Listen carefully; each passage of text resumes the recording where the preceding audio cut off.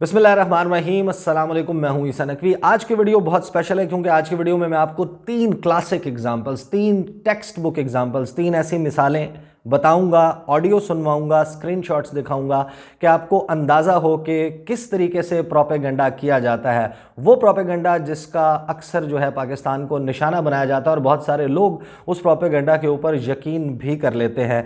अगर आपने गुज़श्ता 48 घंटों में भारतीय मीडिया को देखा हो और उस मीडिया के ऊपर आपने नज़रें दौड़ाई हों जो कि भारतीय मीडिया के ऊपर ट्रस्ट करता है या as a source of information भारतीय मीडिया को इस्तेमाल करता है, तो आपको शायद ये लगे कि पाकिस्तान के ऊपर गुज़श्ता 48 घंटों के दौरान मकबूजा कश्मीर की जानिब से आज़ाद कश्मीर में भारतीय लड़ाकू विमान, भारतीय लड़ाका तैयारे, उनके फाइटर जेट्स वो दाखिल हुए। उन्होंने आज़ाद कश्मीर में अपने अहदाफ को सक्सेसफुली, कामयाबी से निशाना बनाया, पाकिस्तान में बर्बादी मचाई, पाकिस्तान में तबाही मचाई और कामयाबी से वो वापस चले गए। अगर आप उस मीडिया के ऊपर यकीन करते हैं तो आपको ये भी लगेगा कि भारत ने मकबूजा कश्मीर में 9.5 लाख भारतीय फ़ौज की मौजूदगी में वहाँ पर 4 लोग पाकिस्तान से ताल्लुक़ रखने वाले मौजूद थे और वो उनके मुताबिक दहशतगर्द थे जिनको भारतीय फ़ौज ने कामयाबी से निशाना बनाया और उसके ऊपर नरेंद्र मोदी ने बगलें बजाई हैं। इस सारे गोदी मीडिया के ड्रामे का सरगना नरेंद्र मोदी खुद अब इस सारे मैदान में कूद पड़ा और रंगे हाथों सामने मौजूद भी है। उसके मैं आपको एग्जांपल्स बताऊंगा और साथ ही ये भी कि किस तरीके से ये साबित करने की कोशिश की गई कि पाकिस्तान में जो डॉक्टर्स हैं उन्हें अपने ओथ का, उन्हें अपनी जिम्मेदारियों का पास नहीं है, वो अपनी अक़दार को, अपनी वैल्यूज़ को फॉलो नहीं करते। और दरअसल ये साबित करने की कोशिश की गई है कि पाकिस्तान में डॉक्टर्स निकम्मे हैं। एक अमूमी या रूटीन की नौयत की खबर है, दो संगीन नौयत की खबरें हैं। पहले आ जाते हैं जी एक अमूमी नौयत की खबर डॉक्टर्स के हवाले से। आप लोगों ने ये खबर तो ज़रूर देखी होगी कि एक भारतीय तैयारा उसने इमरजेंसी लैंडिंग की कराची एयरपोर्ट पर। उसकी कुछ तफसील सामने भी आई थी कि एक पैसेंजर जो है उसकी तबीयत बिगड़ गई थी और उसकी वजह से जो उनके जहाज़ के कप्तान है उसने कंट्रोल टावर से रब्ता किया कराची एयरपोर्ट पर और इमरजेंसी लैंडिंग की इजाज़त मांगी, जो उसको दे दी गई। तैयारा उतर गया। तैयारा उतरने के बाद क्या हुआ वो ख़बर पाकिस्तान में उस तरीके से रिपोर्ट नहीं हुई, लेकिन भारतीय मीडिया ने उसको किस तरीके से रिपोर्ट किया। टाइम्स नाउ की मेरे पास खबर मौजूद है। टाइम्स नाउ की सुर्खी देख लें जी। मैं चाहता हूँ कि वेबसाइट का नाम विजिबल हो जाए। ये I hope now it is visible. ये कह रही है जी कि Pakistani doctors fail to save Indian man after his deteriorating health, forces Go airplane to land in Karachi.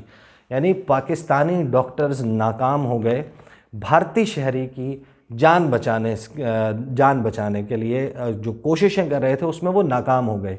जोर किस पर है? Pakistani doctors fail to save Indian man. ये अब साबित करने की कोशिश किया कि अगर शायद वो इंडियन ना होता, पाकिस्तानी होता तो शायद बच जाता, या फिर अगर वो जो है डॉक्टर्स पाकिस्तानी ना होते, भारतीय होते तो वो बचा लेते। अब इस खबर को जब आप पढ़ते हैं तो आपको अंदाज़ा होता है कि एक नौशाद नामी शहरी, भारतीय शहरी जो कि चांदपुर बिजनौर उत्तर प्रदेश का रहने वाला था, सऊदी अरब में काम के सिलसिले में मुकीम था। रेगुलर छुट्टियों के लिए वो रियाद से इस जहाज़ के ऊपर सवार हुआ। रास्ते में उसकी तबीयत बिगड़ी और इसी खबर में ये लिखा हुआ है जिसके मुताबिक मैं आपको थोड़ा सा टेक्स्ट पढ़ देता हूँ ताकि आपको अंदाज़ा हो कि प्रोपेगेंडा हेडलाइन किस तरीके से निकाली जाती है। A Delhi bound plane had to make an emergency landing at the Karachi airport in Pakistan after a passenger suffered cardiac arrest and later passed away. After a delay of many hours, the flight finally landed at Delhi airport on Wednesday morning. According to officials, a Go airplane flew from Riyadh for New Delhi on Tuesday morning with around 179 passengers on board. 179 passengers इस पर सवार थे. However, the plane officials soon had to make an emergency landing request in Karachi after a passenger's health started deteriorating. When Pakistani authorities were approached for an emergency landing, they immediately gave a green signal. यानी पाकिस्तान ने फौरी तौर पर green signal दिया कि आप landing कर सकते हैं। After safely landing at the Karachi airport, the passenger was administered all possible medical help but was declared dead.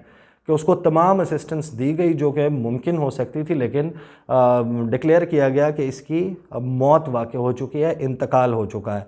According to news agency ANI, a Go Air staff immediately attended to the passenger and was administered with CPR and AED till landing at Karachi airport। अब उसको CPR किया गया। CPR वो process है जो कि doctors या लोग जिनको इस प्रोसेस का इल्म है वो परफॉर्म करते हैं कि अगर एक शख्स उसको शक हो या शुबा हो कि उसको कार्डियक अरेस्ट, उसको दिल का दौरा पड़ा, उसका हार्ट फेल हो चुका है, उसकी हार्ट बीट सुनाई न दे रही हो, उसका पल्स, उसकी नब्ज जो है गर्दन पे या हाथ के ऊपर महसूस नहीं हो रही हो, तो उसकी चेस्ट को पंप किया जाता है, उसकी चेस्ट पंप की जाती है। तो एक शख्स जिसको जहाज़ में उनका अपना स्टाफ CPR परफॉर्म कर रहा था कि जिस शख्स की न सांस बहाल थी, ना दिल की धड़कन थी, ना जिसकी पल्स नब्ज चल रही थी, उसकी हेडलाइन टाइम्स नाउ और इंडियन मीडिया निकालता है कि Pakistani doctors fail to save Indian man. This is a classic example के प्रोपेगेंडा किया जाता है। तो प्रोपेगेंडा किस तरीके से किया जाता है? पाकिस्तान में डॉक्टर्स जो हैं वो किसी काबिल नहीं है, वो सेव नहीं कर सकते। ज़िंदगी और मौत खुदा के हाथ में। अगर किसी शख्स की, एक अफसोसनाक बात है कि वो ज़ाहिर है कि अपने घर वालों से मिलने के लिए जा रहा था, लेकिन अगर दौरान परवाज़ उसका इंतकाल हो गया, उसका हार्ट अटैक उसको आ गया और उसके वजह से ही पास्ट अवे, तो फिर उसके ब्लेम जो है भारतीय मीडिया के मुताबिक वो पाकिस्तानी डॉक्टर्स के ऊपर डाल दिया जाए कि पाकिस्तानी डॉक्टर्स फेल्ड। दूसरी खबर आ जाते हैं, ABP सुनवा देता हूँ मैं, उन्होंने कहा क्या है। और फिर भारतीय मीडिया ने को जो चपेड़ है करारी किस्म की, वो इंडियन जो मिलिट्री डायरेक्टरेट है, जो उनके स्पोक्स पर्सन है, उन्होंने खुद लगाया था। पहले सुन लें उन्होंने कहा क्या। जुमेरात को शाम 7:01 बमुताबिक इंडियन स्टैंडर्ड टाइम क्या कहा गया जी? पलट कर जवाब दिया है। पाकिस्तान के घर में घुसकर, पाकिस्तान की सीमा के पार जाकर हमारे लड़ाकू विमानों ने POK में, जो कि भारत का आधिकारिक तौर पर हिस्सा है, जिसको भारत मानता है, उस इलाके में जाकर लॉन्चिंग पैड जो थे आतंकियों के, उनको खत्म कर दिया है। नेस्तनाबूद किया है। मोदी सरकार की, भारतीय सेना की एक और बड़ी कामयाबी, बीते 1.5-2 साल के अंदर ये तीसरी बड़ी स्ट्राइक है। तीसरी बड़ी स्ट्राइक है, नेस्तो नाबूद कर दिया है। नरेंद्र मोदी की भारतीय सीमा ने पाकिस्तान में मकबूजा कश्मीर में घुसकर ये सब कुछ किया है। और यहाँ पर सब लोग सो रहे थे, किसी को नहीं मालूम था कि क्या हो गया है, किस तरीके से हो गया, ना किसी ने जवाब दिया। अंदाज़ा लगाइए इस खबर के चलने के बाद क्या होता है कि भारत के अपने मीडिया के ऊपर एक करारी किस्म की चपेड़ लगती है। ये जनाब इकोनॉमिक टाइम्स, उसके बाद आप इंडियन मीडिया के ऊपर ऑल अक्रॉस चले जाएं, और director general of military operations ये कह रहे हैं जी भारत के, ये भारत के जी director general of military operations, now it is visible. क्या कह रहे हैं जी, सुन लें कि news reports of Indian army action in POK, now this is what they say, POK Pakistan occupied Kashmir, fake. Director general of military operations, खबर क्या लगाते हैं जी, Indian army director general of military operations DGMO lieutenant general Paramjit Singh on Thursday said that the Indian Army has not conducted any action in Pakistan occupied Kashmir.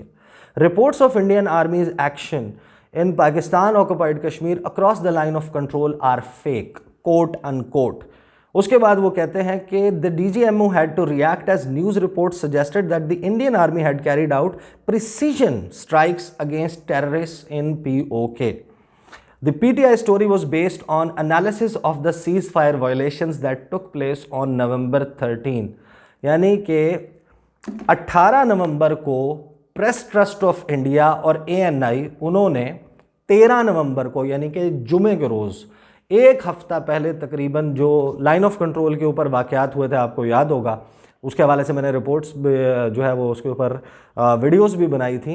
एक हफ्ते के बाद उनके जो जुगादरी किस्म के सहाफ़ी हैं वो बैठे और उन्होंने एनालिसिस, उसके ऊपर अपना तज्ज़िया जो है वो उसका घड़ना शुरू किया कि वो जो 13 नवंबर को वाक़या हुआ था उसमें क्या हुआ होगा। और उसमें फिर उन्होंने उस एनालिसिस, अब ये उनके DGMO कह रहे हैं कि प्रोबेबली ये हुआ ये कि जो प्रेस ट्रस्ट ऑफ इंडिया है उसने और ANI ने बैठकर उसके ऊपर सोचा कि 13 नवंबर को क्या हुआ होगा, और उसका एनालिसिस जो है उसकी बुनियाद पर यह दावा कर दिया कि भारत के शेर जवान लड़ाकू विमान जो है उसको उड़ाते हुए, उनके फाइटर एयरक्राफ्ट्स को उड़ाते हुए आ गए मकबूजा कश्मीर में, ये सब कुछ सक्सेसफुली किया और वापस चले गए, किसी को पता भी नहीं चला। अब ये हालत है भारत के मीडिया की। तीसरी खबर की तरफ आ जाते हैं। तीसरी खबर again a text book example. आप अंदाज़ा लगाएं कि जिस मुल्क का प्राइम मिनिस्टर, आपको याद होगा पाकिस्तान ने भी एक डॉसियर दिया, उस डॉसियर में आपको पता है कि ऑडियो रिकॉर्डिंग्स मौजूद हैं, कॉन्सुलेट्स की अंदर की तस्वीर मौजूद हैं, भारतीय अस्पतालों में दहशतगर्दों की ट्रेन होने वाले और ट्रेन हो चुकने वालों की तस्वीर मौजूद हैं, अकाउंट नंबर्स मौजूद हैं, टेलीफोन नंबर्स मौजूद हैं, कितनी ट्रांजैक्शन किस तारीख को हुई, पैसे किसको हैंडओवर किए गए, कौन सा कर्नल बैठा हुआ था किस कॉन्सुलेट में, कौन सा भारतीय सफारतकार मुलव्वस था, ये तमाम तर तस्वीर के साथ मौजूद हैं। भारत ने इसका जो रिबटल दिया था वो भी आपको याद होगा कि जिसमें उन्होंने किसी चीज़ को, इन फैक्ट्स को डिनाई नहीं किया, ना इसके ऊपर बात की। अब भारत के वज़ीर आज़म नरेंद्र मोदी ने जी ट्वीट किया। मैं आपको पहले ट्वीट बता देता हूँ, फिर उसके ऊपर रिपोर्टिंग हुई एक्सटेंसिवली इंडियन मीडिया में और किस तरीके से कहा गया। आज की खबर है ये, neutralising of 4 terrorist belonging to Pakistan based terrorist organisation Jaish-e-Mohammed and the presence of large cache of weapons and explosives with them indicate that their effort to wreak major havoc and destruction have once again been थ्वाटेड। तर्जुमा कर देता हूँ कि 4 दहशतगर्दों को, ये नरेंद्र मोदी कह रहे हैं, जो कि पाकिस्तान बेस्ड एक ऑर्गेनाइजेशन जैश-ए-मोहम्मद से ताल्लुक़ रखते थे, उनको मार दिया गया। And the presence of large cache of weapons, के जितना उनके पास असलहा मौजूद था और बारूदी मवाद मौजूद था, ये साबित करता है कि वो एक बहुत बड़ी तबाही मचाना चाहते थे। किस चीज़ को डिसरप्ट करना चाहते थे कि वो वहाँ पर, इसमें ये कहा गया कि जो डेमोक्रेसी का प्रोसेस चल रहा है, डेमोक्रेसी के प्रोसेस को जो है वो ख़राब करना चाहते थे। The grass root plot to target grass root level democratic exercise in Jammu and Kashmir. पहले तो मैं आपको बता दूं ये डेमोक्रेटिक एक्सरसाइज क्या किसको रहे हैं। डेमोक्रेटिक एक्सरसाइज भारत के मुताबिक ये है कि आप पूरे भारत से, हिंदुस्तान से हिंदू पंडितों को, आरएसएस के वर्कर्स को और बीजेपी के सपोर्टर्स को, उस माइंडसेट के लोगों को फेक डोमिसाइल सर्टिफिकेट्स इशू करें।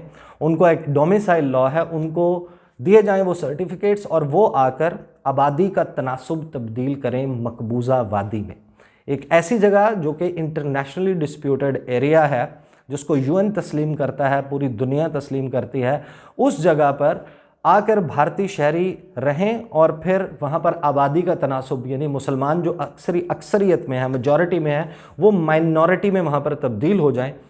मुझे अंदाज़ा है कि वीडियो तवील है, लेकिन आज की गुफ्तगू क्योंकि मौजू ऐसा है तो इसकी वजह से मुझे ये करना पड़ रहा है।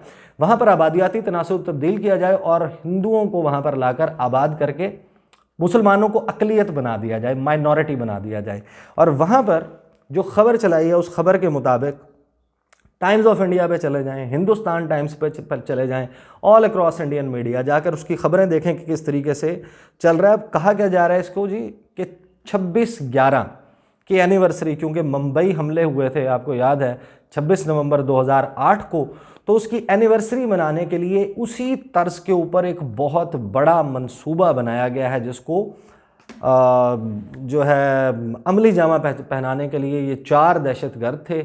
ये 9.5 लाख भारतीय फ़ौज की आंखों से, नज़रों से, भारतीय तमाम जो इदारे हैं जिनका ये काम है कि ये इसको रोकें, उनसे नज़रें बचाकर ये तकरीबन वहाँ पर पहुँच ही गए थे। इनके पास AK-47 मौजूद थी, इनके पास RDX और बारूदी मवाद और पता नहीं क्या क्या कुछ मौजूद था, और इनको बड़े आराम से न्यूट्रलाइज़ कर लिया।